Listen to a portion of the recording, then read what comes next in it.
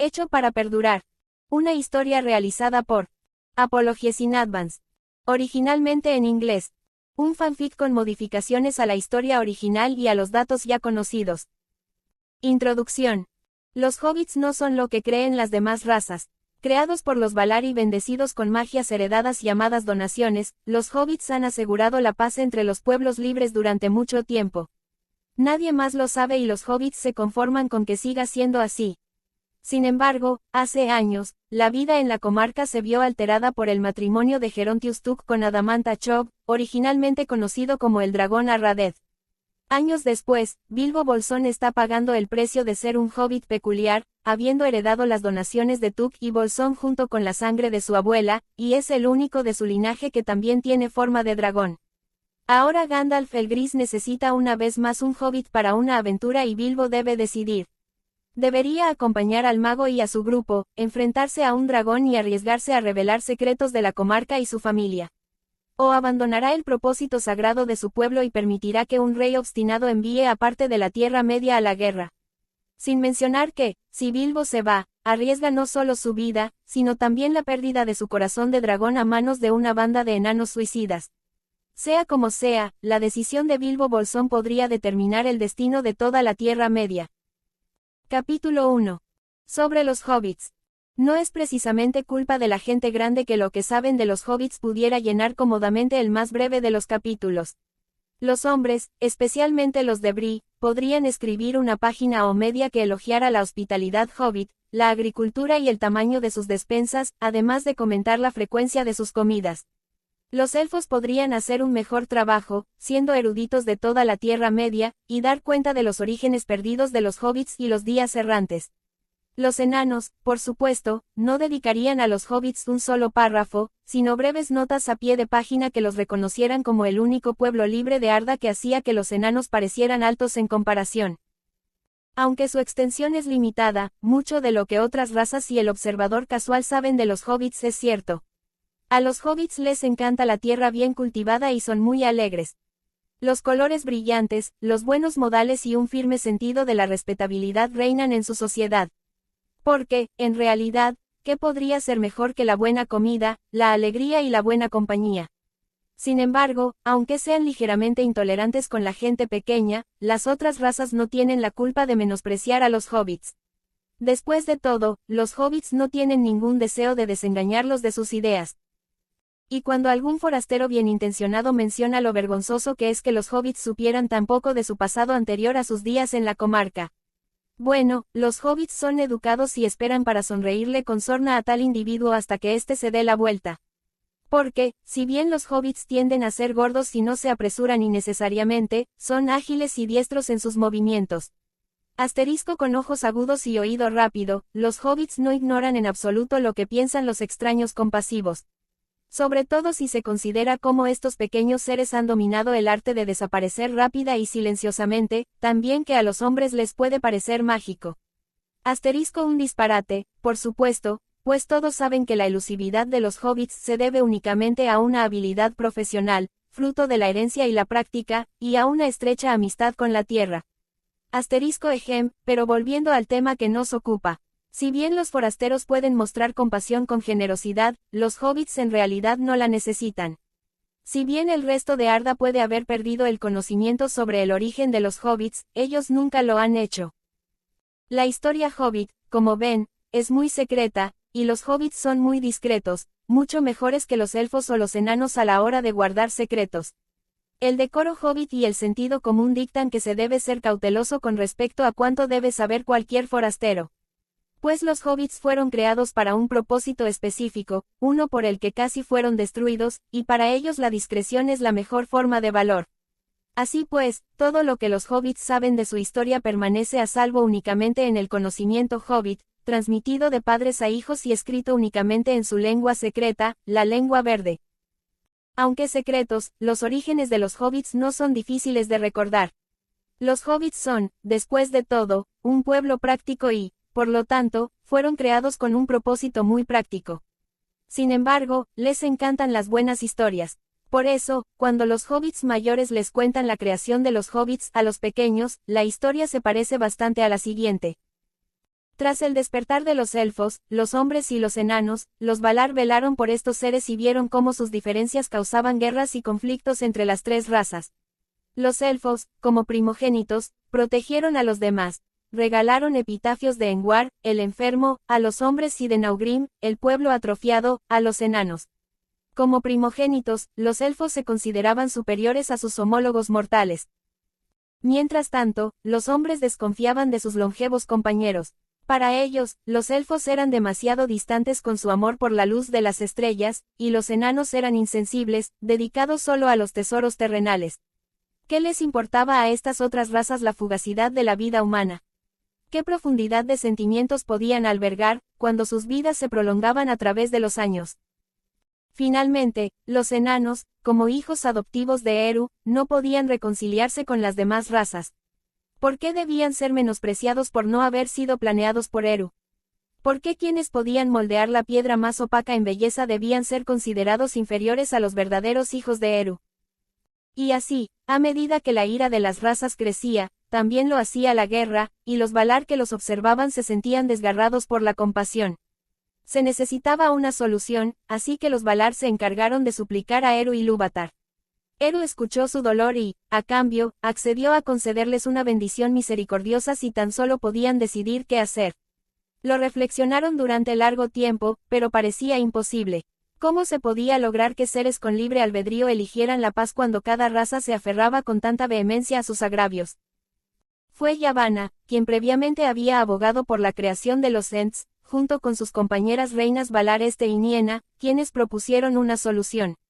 Se necesitaba una raza mediadora para mantener la paz, una que no se considerara superior a las demás razas ni retrajera su ira moralista.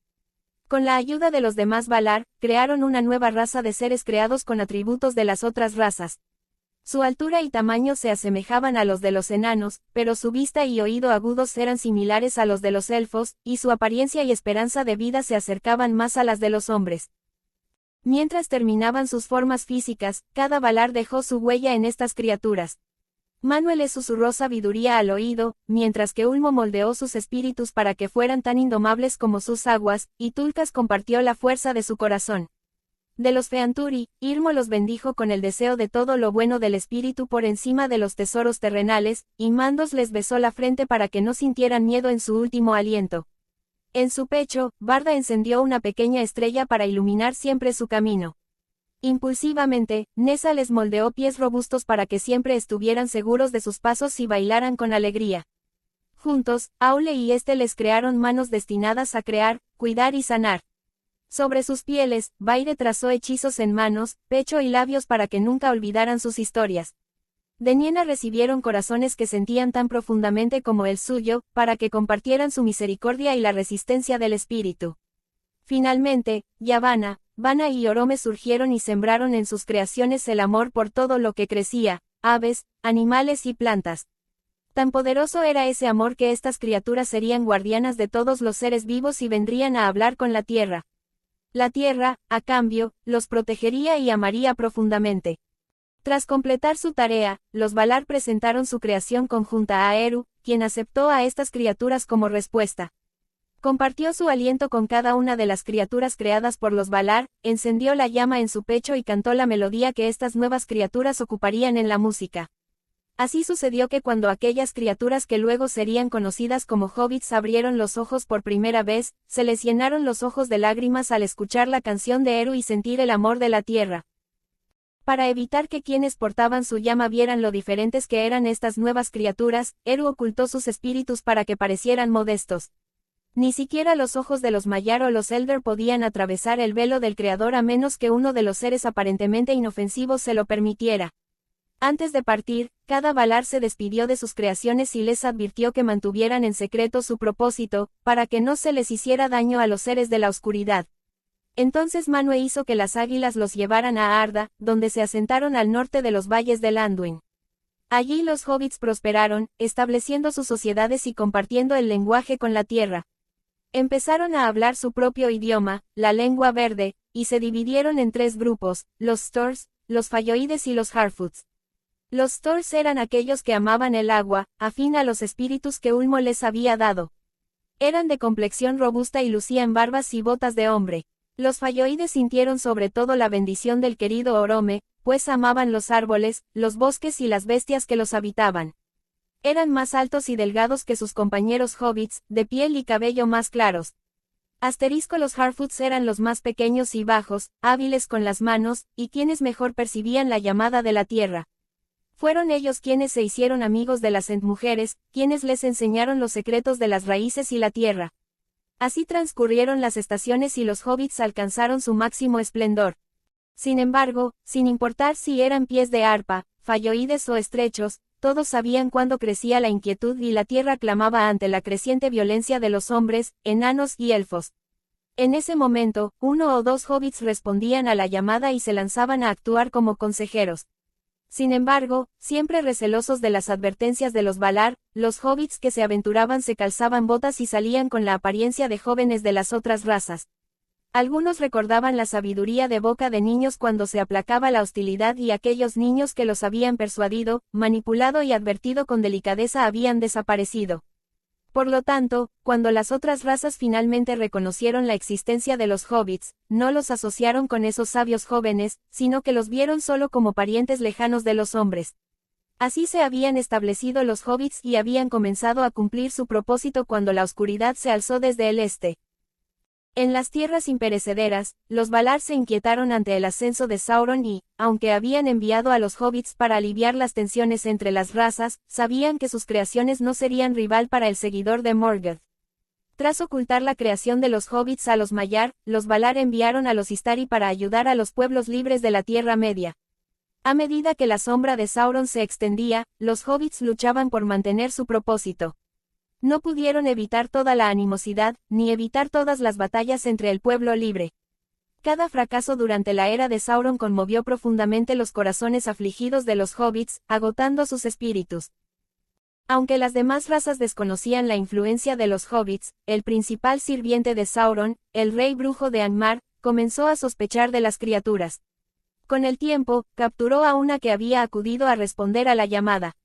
Aunque murió antes de revelar nada, el líder de los Nazgûl envió una pequeña hueste para destruir a las criaturas, para que no causaran ninguna molestia a su señor.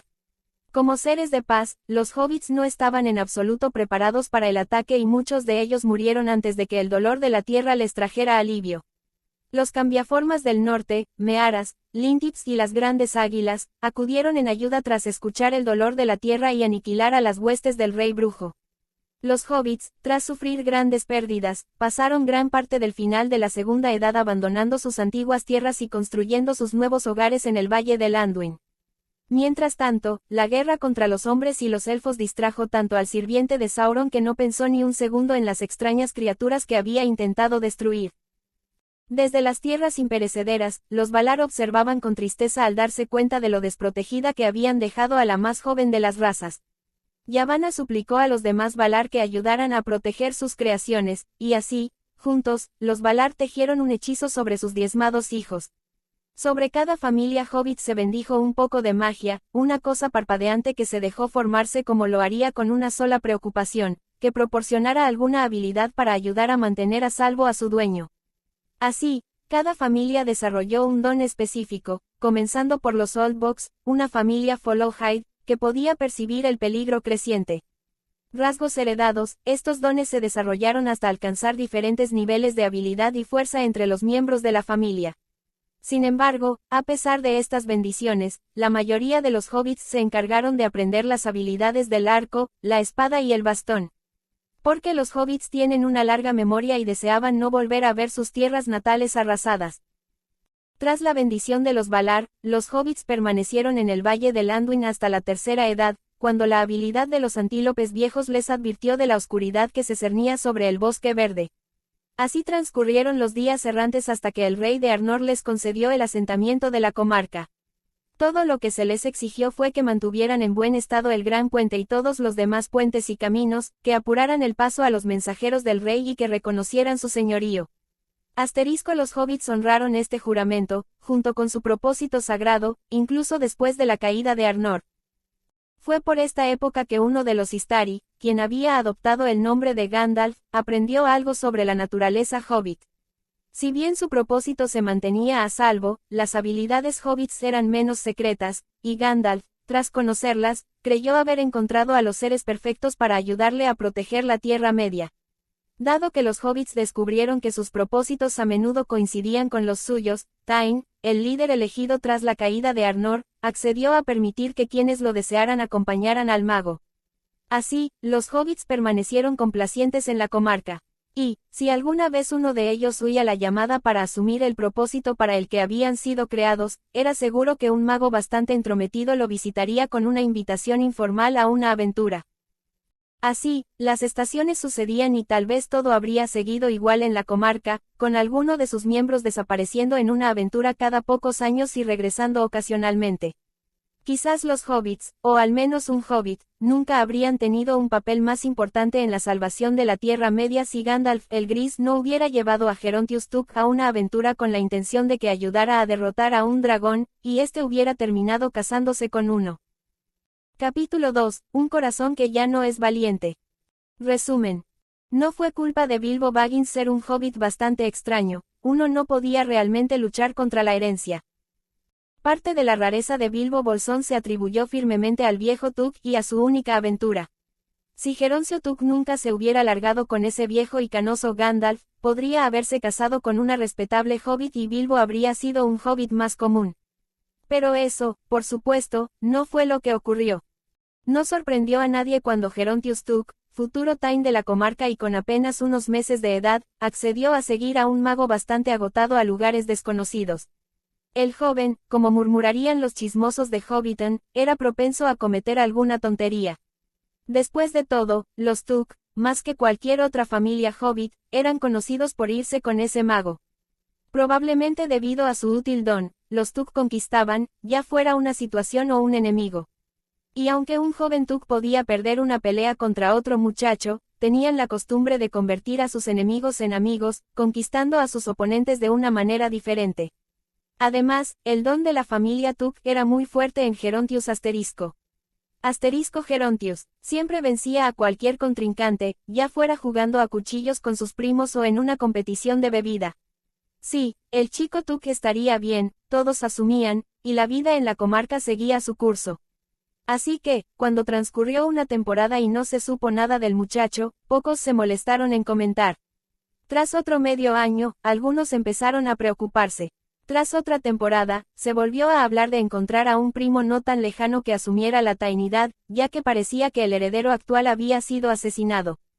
Para cuando llegó la primavera y Gerontius llevaba 5 temporadas ausente, los hobbits de la comarca planeaban una ceremonia conmemorativa no oficial, ya que los Tuck se negaban a dar por muerto al muchacho hasta tener noticias de Gandalf.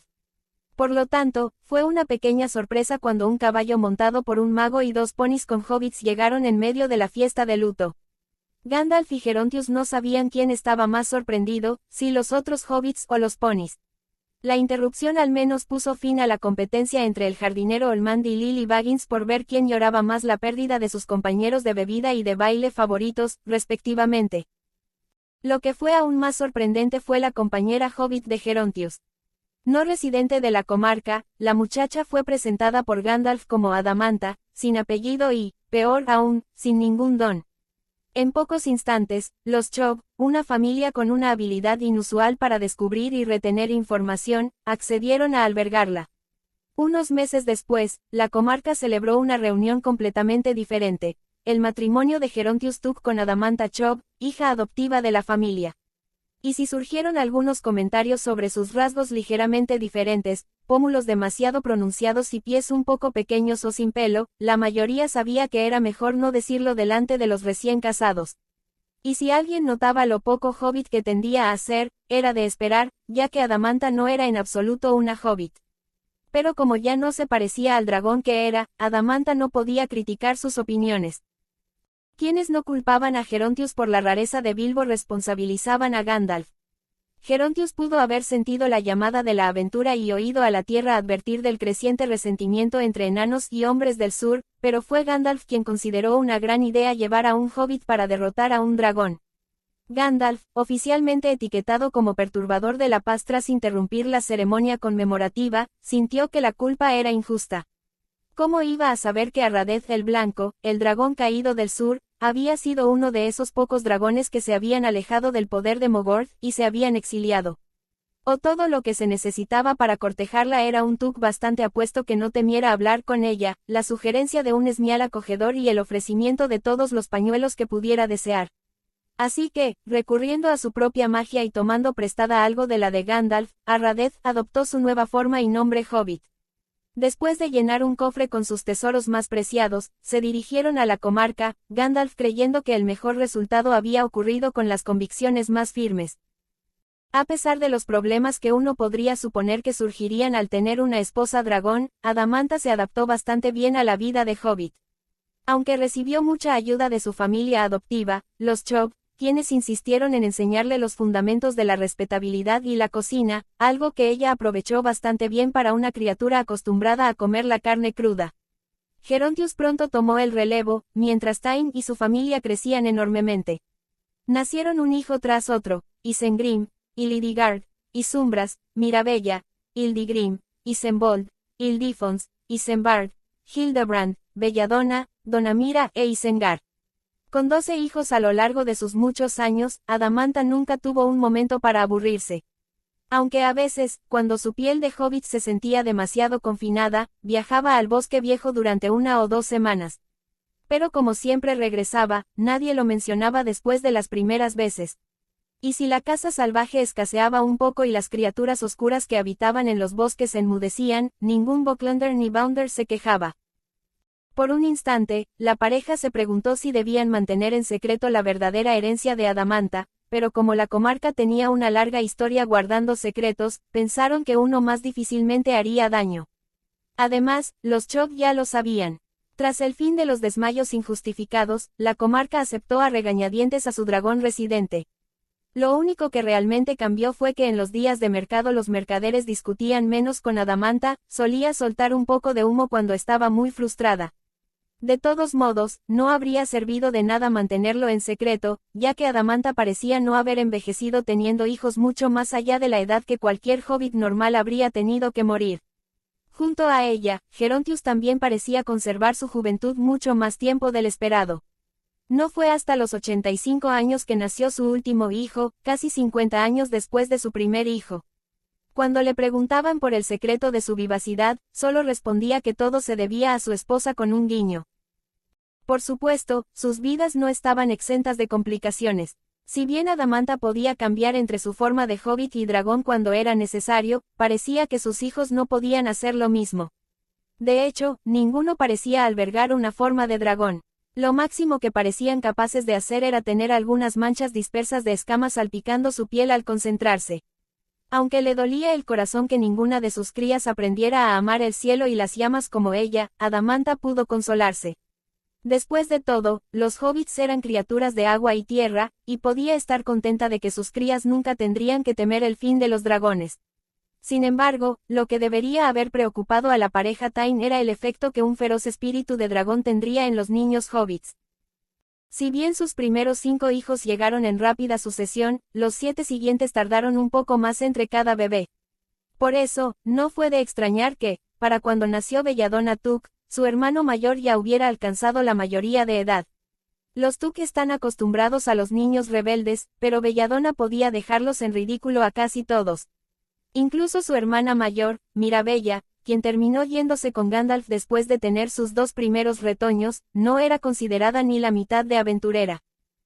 Belladonna no podía quedarse quieta y no necesitaba ninguna llamada para intentar escaparse en busca de aventuras. Si no estaba intentando seguir a su madre al bosque viejo o acosando a los refugiados para que la incluyeran en la guardia, seguramente se la podía encontrar encaramada a un árbol intentando descifrar la logística de la huida. A los 22 años, llegó sola a Bree y tuvo que ser escoltada de regreso por 2 educados exploradores que se quedaron a cenar. Preocupaba tanto a sus padres que Gerontius pronto se volvió canoso, aunque su rostro conservaba el de la mediana edad.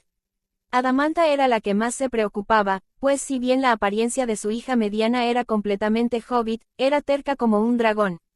La determinación de Belladonna era tal que, cuando Gandalf buscó un aventurero 6 años antes de que ella cumpliera la mayoría de edad, se encargó de que ella fuera quien lo acompañara. Con la manipulación del mejor consejero hobbit, Belladonna animó el último viaje de su madre al bosque, convenció al señor de Gamos para que se reuniera con el Tain en el salón Brandigamo y se escabulló ante las narices de sus hermanos mayores. Tras unos minutos de falsear su edad, Belladonna huyó de la comarca hacia el mundo.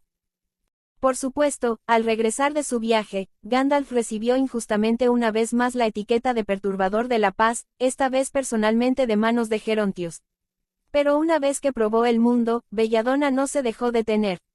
Se convirtió en una fiel compañera y amiga de Gandalf a lo largo de los años, ansiosa por seguirlo a la vasta Arda. Incluso logró tener una segunda aventura antes de cumplir 33 años, para gran desaprobación de la comarca. Sin embargo, Belladonna era alguien impredecible, porque durante una de sus pausas entre seguir a Gandalf y emprender su propio viaje, de alguna manera logró conquistar el corazón de un tal señor Bungo Bolsón.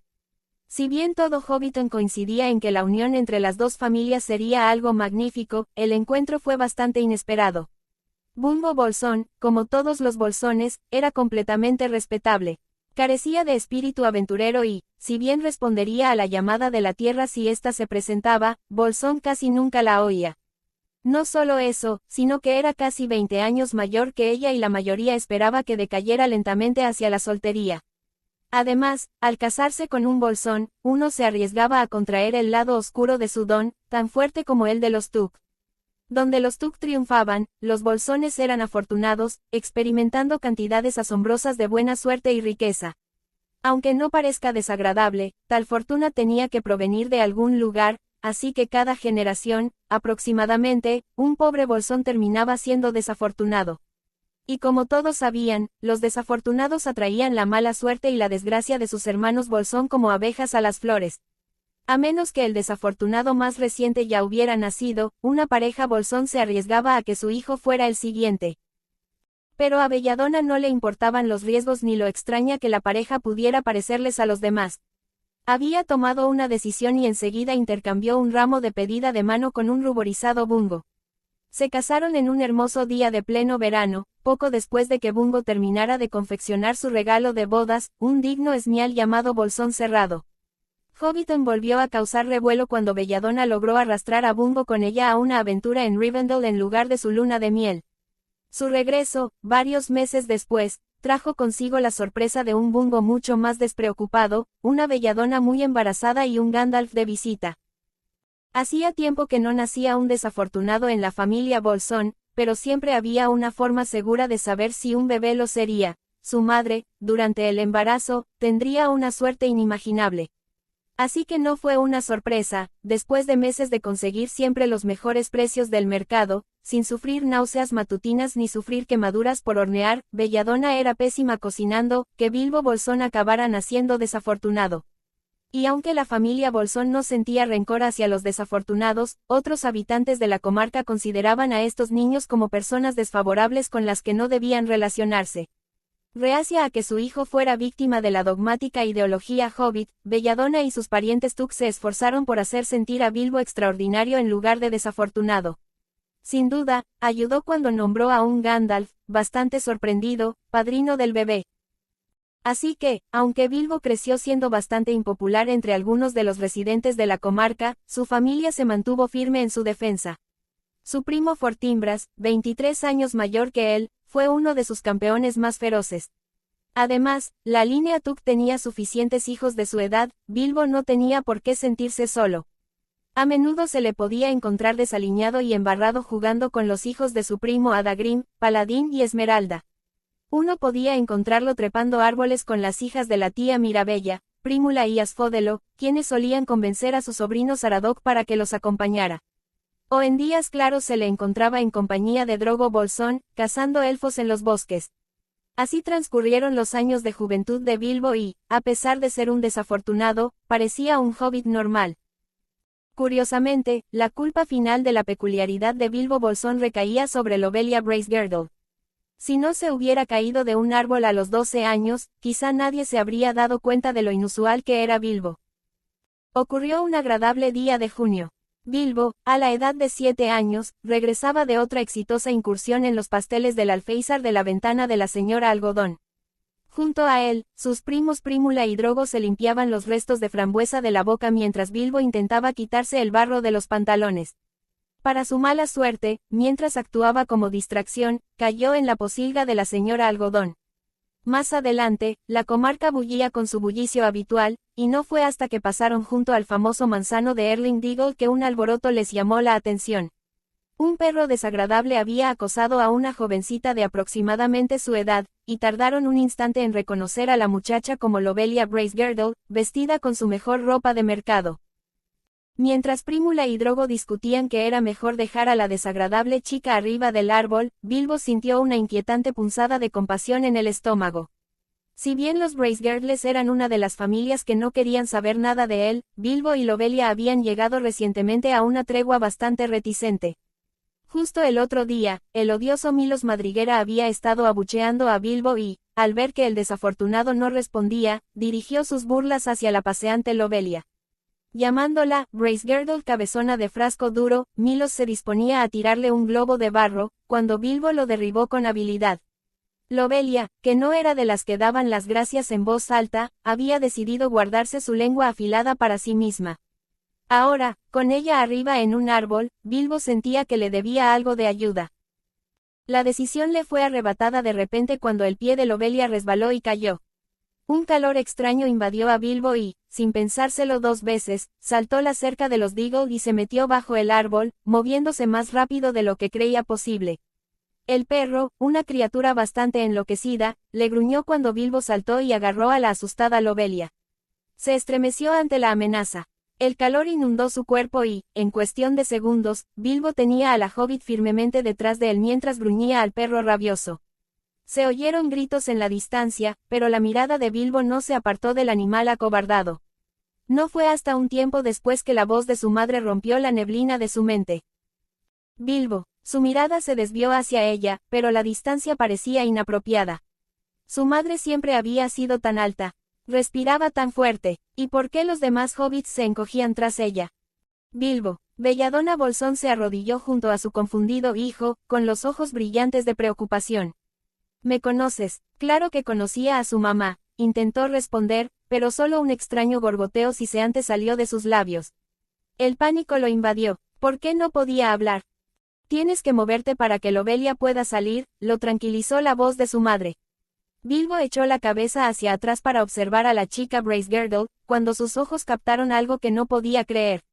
Lobelia parecía congelada por la sorpresa, al igual que ambos observaban las alas pálidas que sobresalían de la espalda de Bilbo. O al menos asumió que era su espalda, aunque parecía verde escamosa y serpenteante. Su mirada se desvió hacia sus manos, donde en cambio encontró garras afiladas. ¿Qué le pasaba? Un gemido angustiado escapó de su garganta mientras Bilbo enroscaba su pequeño cuerpo de dragón en una bola y hundía la cabeza bajo un ala. Podía sentir la mano de su madre presionando firmemente contra su hocico mientras gritaba para que alguien enviara a Bolsón Cerrado, donde Adamanta estaba de visita. Poco a poco, los ruidos que antes había ignorado se convirtieron en palabras reconocibles mientras yacía allí esperando. Algo de lo que pronto se arrepintió. Lobelia, la voz chillona de la señora Bracegirdle se elevó histéricamente mientras le hablaba a su hija. Aléjate de ese monstruo. Bilbo no pudo evitar estremecerse y sintió que su madre se ponía rígida. Mira, Primrose, empezó Belladonna. Bilbo se acurrucó aún más en sí mismo, solo para sobresaltarse un momento después, cuando un pequeño cuerpo se abalanzó junto al suyo. Al retirar su ala, se sorprendió al encontrar a Lobelia firmemente apretada contra su costado. Agitó su paraguas doblado amenazadoramente a cualquier hobbit que se acercara, mientras su otra mano se posaba en el cuello de Bilbo. Tu abuela viene y sabrá cómo arreglarlo, le dijo con seguridad. Sus ojos se entrecerraron mientras observaba a la multitud reunida, y finalmente se posaron en su madre. Bilbo es mi dragón, declaró remilgadamente, haciendo callar a los presentes. Así que deberías ocuparte de tus asuntos, ya que esto no te incumbe. El anuncio fue suficiente para mantener a la multitud en un silencio atónito hasta que Adamanta Tuk llegó corriendo para cuidar de Bilbo, calmándolo finalmente y volviéndolo a su forma de hobbit. Así fue como hacia el 7º año Bilbo no solo obtuvo una forma de dragón sino también la amistad eterna de Lobelia Bracegirdle, a quien Drogo y Primula todavía encontraban muy molesta. Tras su primera transformación, Bilbo pasó gran parte de su tiempo con su abuela, quien lo llevaba a pasear por el bosque viejo y le enseñaba todo lo que podía sobre la tradición de los dragones. Aunque ya dominaba el Oestron, la lengua verde y el idioma de la tierra, los estudios de Bilbo se redujeron a aprender todas las lenguas que Adamantha podía enseñarle. Bilbo, quizás debido a alguna herencia de su ascendencia dragona, se adaptó al lenguaje como pez en el agua. Con determinación, Adamantha lo educó en la lengua de los dragones, la lengua negra, aquellos idiomas que conocía de los hombres y el Khuzdul.